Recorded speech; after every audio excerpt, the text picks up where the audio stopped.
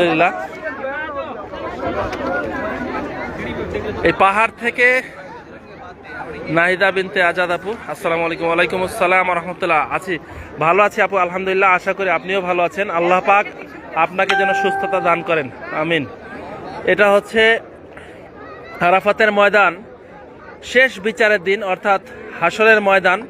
এখানে সকলের বিচার কার্য এখানে সম্পাদন হবে ইনশাআল্লাহ, এবং সেদিন এই মাঠটা আরো বেশি প্রশস্ত হয়ে যাবে, প্রচুর বিস্তার হয়ে যাবে এদিক ওদিক, আলহামদুলিল্লাহ। তাহলে আমরা নামি। হ্যাঁ,